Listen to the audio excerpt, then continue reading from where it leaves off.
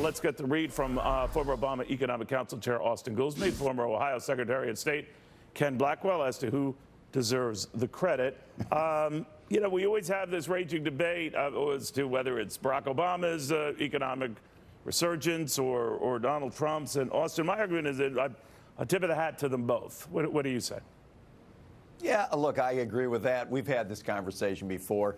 My view, and I said it when I was in the White House, and I said after I got out of the White House, is that 90% of what happens in the economy has nothing to do with Washington. It's driven by the private sector, and that's how it should be. So a tip of the hat to both. The boom clearly began under Barack Obama. It clearly has continued under President Trump. I think let's keep our eye on the ball, though, because the growth rate has clearly slowed this last quarter, the last quarter of last year and this first quarter we're in now.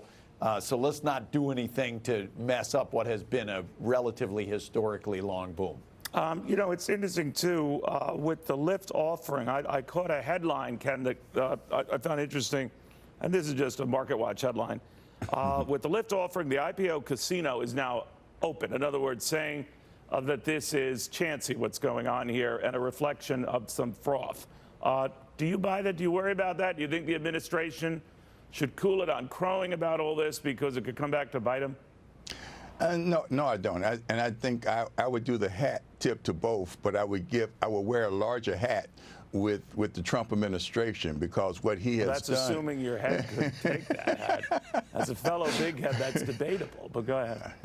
You know, the acceleration of the growth, direct result of a couple of initiatives, deregulation, you know, rolling back 22 regulations for every two that's been initiated. That's a 1 to 10 ratio. The tax cut, and I think if Nancy Pelosi would get her foot off of the brake, we can close the deal, the trade agreement with Mexico and Canada, and that will accelerate the growth.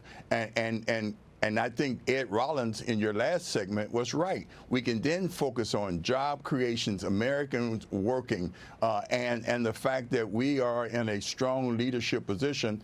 And I also think that helps us with our negotiations with China. But we are slowing. We are coming off a little bit here. Now, that might pick up, but already the estimates for first quarter earnings are around a decline of 3 to 4%. They could be wrong, I grant you, but there is expectations that whatever we enjoyed will be tamed a little bit. Having said that, Austin, I mean, a lot of people then look at the sustainability of these kind of market returns. What do you think? Well, the markets don't do well when we go through recessions. I mean, history teaches us that. And you've seen the market does not do well when they think we're about to get in a trade war with China, in North America, with Europe.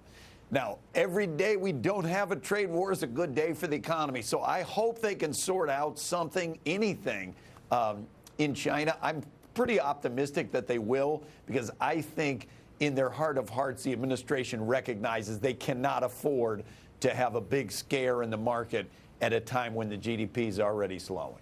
You know, you do have to wonder, kind of, the president with these trade deals and the stuff he's been talking about, they might work. They might get concessions out of China, but he's already talking about, you know, a continuation of auto tariffs and the like that scare the Europeans. Could he get and score success with the Chinese and then ruin it all by going after Europe all over again? No, I don't think so. I think success begets success. Look, at the end of the day, the Chinese economy is slowing.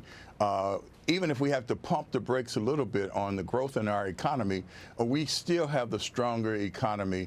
And as a consequence, I think we're in a stronger position to close the deal with China. So I think it all. I think it all fits. That they'll make good on these concessions. And Austin, the history with prior presidents is they talk a good game, but they don't deliver, right? No, I don't. On that part, I don't know. I totally agree. When we've had success, so for example, we got China to stop manipulating its currency. We did that by getting all our allies together and going to China behind the scenes, not trying a big public humiliation. We went and we got them to stop doing that. Through the WTO, right? I think what we've seen now, what we've seen so far is alienating our allies. You know, you don't go to war with no allies, and our allies are kind of mad at us because we threatened trade war against them before we then went after China. You know, I think it's worth remembering that these tariffs that we unilaterally put in, it hasn't been success begetting success. These have not been a success at all. The auto sector in the United States has slowed substantially. You've seen General Motors announcing they're closing down major plants. And I think we need to take a step back and get serious here. When the economy's growing 3+% a year, then you are afforded more latitude in making your pronouncements. The GDP growth for the quarter we're in now is under 1% a year. And if you're in a situation like that, you should not be threatening trade wars.